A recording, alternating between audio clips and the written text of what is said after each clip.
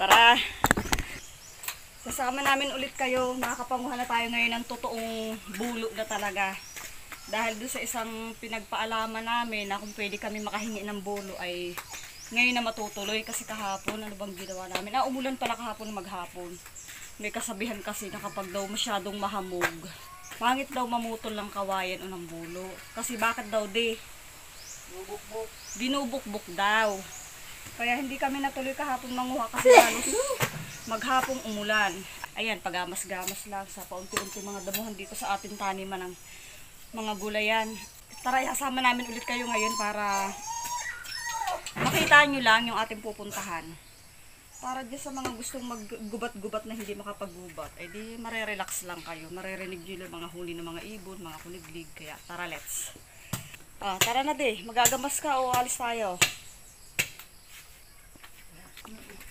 Maglalakad dala ako pala doon sa may labasan kasi na masyadong maputik.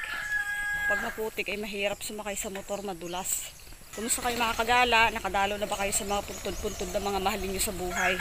Kami tapos na yun nung 28 pa, inagahan na namin. Para nga hindi tayo may ikisabay dun sa mga karamihan na bihira lang magkaroon ng time para makauwi. Kaya umaga na kami. Inagahan na namin ang pagbisita dun. Okay, dito na tayo. Doon kami nagpark ng motor sa gilid lang ng kalsada kasi napakaputik dito. Yan o. Yan, kaya dyan na lang natin yung ating motor. Tapos dito tayo sa may papaloob. Dito tayo nakapanghingiin ulit ng bulo. Yung nakapagpaalam na kami din dati dito. Ngayon lang kami makakakuha dito siguro kung may makukuha. Kasi nga, naalangan kami masyado dun sa kabila. Doon. Tapos doon. Titignan na lang natin kung saan tayo makakuha ng tagkakaunti. Kapag yan hindi masyadong nakukuhaan ng iba, masyadong gubat yan, wala ka makikita dyan sa baba na yan na medyo malinis. Kaya nakakatakot kasi madalas nga nakasingit lang dyan yung mga ahas. Hindi ka basta-basta pwedeng lalapit lang. Dapat magkakakalampag ka muna. Nakakatuwa pa rin dito mga kagala kasi sa dami ng mga bulon, hindi mo alam kung saan kukuha. Di ba may nadaanan na tayo dun kanina, dun sa dulo. May dalawa doon, kaya nga lang masyadong tagilid. Tapos dito, dalawa din yung pwesto. Tapos ito, yan. Di ba ang laki-laki niyan eh. Mahaba siya. Tapos, ayun. Meron pa doon.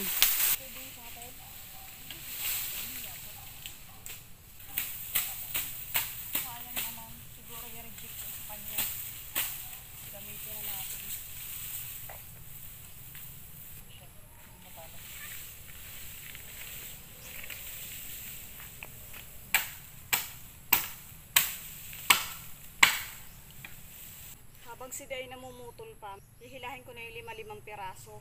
Wala naman akong gagawin, nakabangla lang dito. Para mamaya, hindi na kami babago pala mag-uumpisa kung kailang tambak na. Titingnan ko kung kaya kong hilahin ang 5 piraso.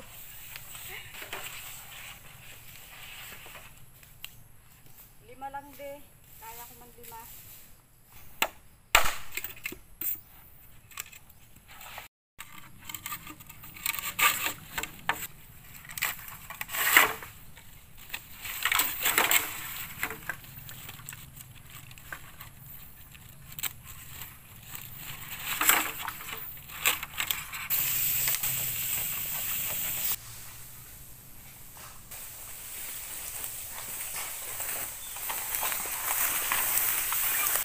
Nakaisang hakot na tayo mga kagala.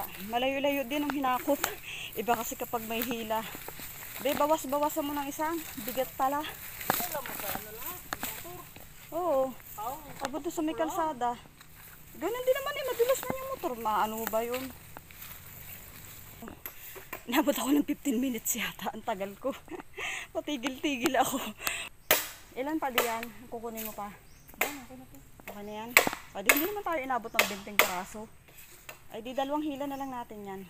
Ganda ng huli ng ibon Dinig niya. Huwag mong persahin din. Baka mamay sumakit yung ganito mo. Ako na lang. Bigyan mo ako kahit 4. Ay pati pa mahirap tali. Patuloy natin. Ito na lang ang sungan mo. 2. Feeling mo lang kaya magaan, pero pag hinihila mo at natagal ang bigat na. Ulo naman si Dave. Bigyan mo nga ako kahit apat. Parang di na bumalik. Ano po bumalik? Oo, hindi naman tayo babalik kung bibigyan mo ako ng apat. Sabay pa rin tayo. Putulin mo nga yan. Ang haba-haba. Ang dami pa kayong ganyan sa atin. Eh. Ako nagtas-tas niyan ha. Ayan kung putulin mo. Away kami. Maaway kami. Sabi ng isang kaibigan namin kung hindi daw kami nag-aaway. Nag-aaway din naman kami, kaya lang hindi malala. Ganitong away-away lang.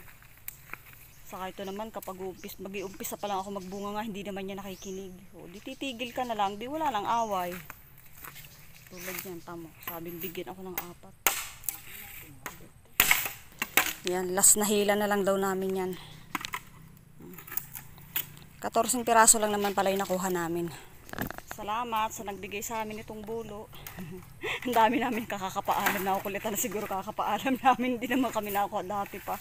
Ngayon lang ulit kasi nga ngayon kinailangan. Kasi minsan pagkailangan na namin advance kami nagpapaalam. Minsan napupurnado naman para sa gagawin namin. Tigil na naman. Tapos pag biglang kailangan namin papaalam na naman kami paulit-ulit. Okay naman yung paulit-ulit ka nagpapaalam. Kisa naman sa basta ka na lang kukuha, diba? Mahirap naman yung gayon. Okay, salamat po. So, ulitin. Sigurado ka din, hindi ka masyado mabigat dyan. Sabihin mo't bawasan mo. Masyadong magaan ito. Ari ko.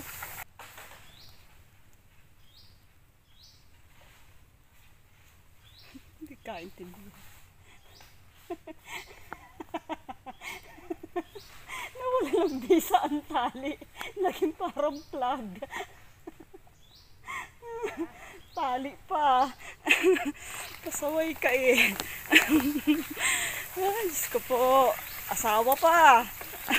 Kasarap-sarap ng buhay eh. Nag-asawa ka. Oo. Aw. Tara na. Magaan-gaan ngayon ang dala ko kaya hindi masyado matagal ang lakad natin. Oop, oop. Tali-tali ka pa ha. Hindi rin nasunod.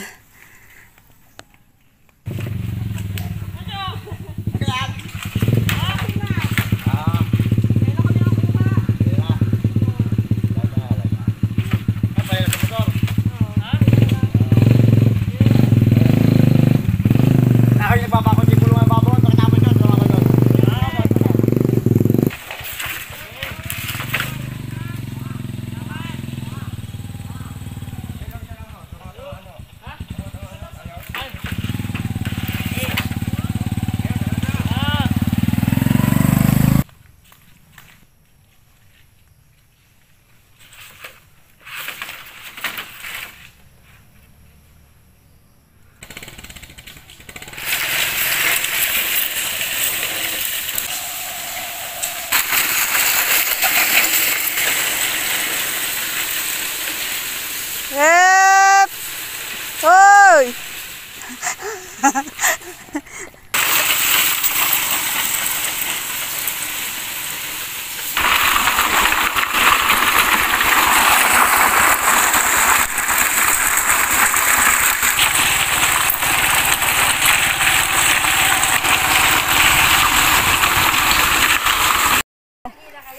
Oh, ang putik dun sa labas. Hindi kaya ng motor na. Hindi kaya ng motor. Nanabit ang dulo. Di, ano, hila-hila na namin ang pisa dyan sa labasan. Ay! Nananabit, hindi kaya. Ano nahila niya doon? Oo, abot lang dyan sa kilaapaw ng kaunti sana. Kaya kinapaw. Diyan lang kami naghila. Tapos hila mo kanina. Hindi. Oh, ng Oo, motor. hila din ang motor. Akala ko hila yung gayaan doon. Ay, hindi man, tika lang di. Yan, naambo na, sakto. Ay, si Max. Salubo agad si Max eh. Hindi gagawa ng mga ito. Hila na lang namin kasi hindi kaya, sumasayad sa ilalim ng ano, mga damo. Putik-putik tuloy.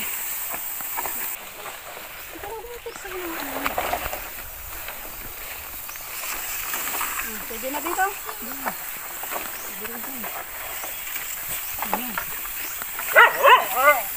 Thank you, Lord. Okay, nakauwi na kami mga kagala. Mahirap maghila, maputik. Hindi na may angat sa motor kasi nga wala siyang ibang talian. Kailangan talaga sana paragos eh. Ayan, paragos. Ayan. Dito na nagtatapos sa aking vlog para sa pag-share ko sa inyo at pagsama ko sa inyo sa pagkuha ng bulo na ating panlagay doon sa kusina namin. Pagkatapos doon, para maumpisahan na rin natin itong ating hindi pa natatapos na terrace kasi may mga gamit na rin kami mga kawain para dito sa terrace. May mga kahoy pa naman tayo dun sa silong na sadyang nakareserba para dito sa paggagawa ng terrace natin. Ayun, unti-unti na ulit natin yan. Ayan. Hanggang sa muling pagkikita mga kagala. Thank you for watching. Bye-bye. Sana huwag kayong magsawang manood at sumama sa aking mga gala sa pagbabahagi ko sa inyo ng aming mga ginagawa. Maraming salamat mga kagala. Bye-bye. Ingat kayo palagi.